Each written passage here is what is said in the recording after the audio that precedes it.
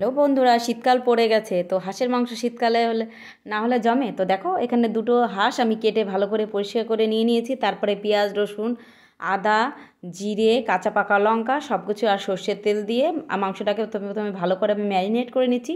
এইভাবে আমি ম্যারিনেট করে প্রায় আমি 30 মিনিট মতো রেখে দেবো। শীতকাল মানে হাঁসের মাংস জাস্ট জমে যায়, অসাধারণ লাগে খেতে। তো আমি শর্মিলা চলে আসলাম আরও একটা ভিডিওর সঙ্গে। তো তোমরা কেমন আছো বন্ধুরা? আশা করি সকলেই ভালো আছো। তো আমিও ভালো আছি। তো দেখো এইভাবে হাঁসের মাংসটাকে কেটে আমি ভালো করে ম্যারিনেট করে নিলাম। তো কাটাটা আমি দেখাতে পারলাম না, যাই হোক আমি এইভাবে ম্যারিনেট করে রেখে দেবো 30 মিনিট মতো। আর অন্যদিকে আমি কিছু আলু আমি কেটে নেব, কারণ আমার ছেলেরা আলু খেতে খুবই পছন্দ করে। তো কিছু আলু আমি ডুবো ডুবো করে কেটে নেব।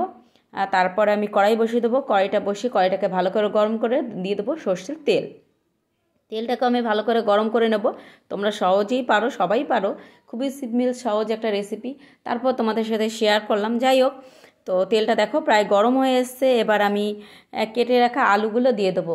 তো মাংসের মধ্যে জাস্ট একটু আলু না দিলে যেন জমে না। তো আলুগুলোকে দেখো দিয়ে হলুদ লবণ দিয়ে আমি একটু ভেজে নেবো, লাল লাল করে আলুগুলোকে ভেজে তুলে নেবো।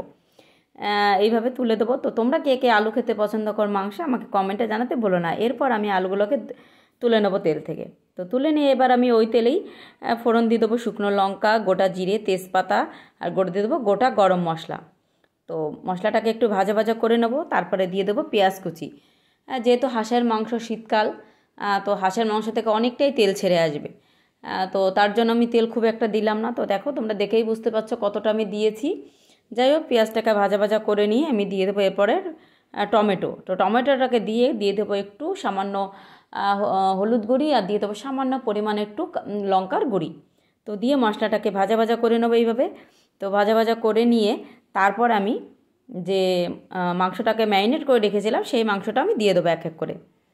তো হাঁসের মাংস রান্না করতে সময়টা একটু বেশি লাগবে, আর খেতে তো জাস্ট অসাধারণ লাগে খেতে। যাই হোক, মাংসটাকে দিয়ে আমি ভালো করে কষিয়ে নেব।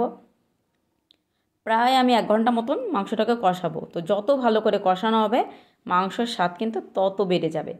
যাই হোক, এইভাবে আমি মাংসটাকে বেশ কিছুক্ষণ ধরে 1 ঘন্টা ধরে প্রায় ঢাকনা দিয়ে দিয়ে আমি ঢেকে ঢেকে মাংসটাকে কষিয়ে নেব। কষাবো আমি যতক্ষণ না ভালোভাবে আমার তেল ছেড়ে আসবে। তো দেখো আমি কিন্তু জল দিইনি। তো এরপর আমার কতটা তেলও ছেড়ে এসেছে। তো আরও একটু আমি কষিয়ে নেবো এইভাবে। যত ভালো করে কষাবো তত স্বাদটা ভালো আসবে, বিশেষ করে হাঁসের মাংস। আর শীতকালে হাঁসের মাংস হলে তো আর কিছুই লাগে না। গরম গরম ভাতের সাথে রাত্রেবেলায় হাঁসের মাংস যদি হয়, আর কিছু মাংস যদি তার থেকে তুলে রাখা হয় সকালবেলা পরের দিন খাওয়ার জন্য বাসি, তো জাস্ট অসাধারণ লাগে, জাস্ট জমে যায়, এতটা ভালো লাগে খেতে।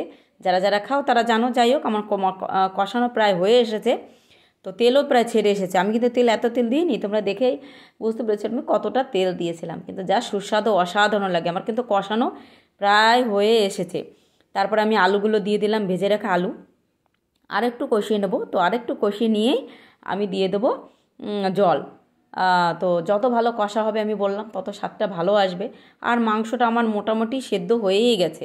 তো আমি বললাম 1 ঘন্টা ধরে প্রায় আমি কষিয়েছি মাংসটাকে। তো মাঝে আমি টেস্টও করেছি। এই যে টেস্ট করার জন্য দেখো 2 পিস আমি ছেলেদের জন্য তুলেও দিলাম, ওরা একটু কষানো খেতে খুব পছন্দ করে। যাই হোক, তুলে নিয়ে এরপর দিয়ে দিলাম আমি পরিমাণ মতন জল।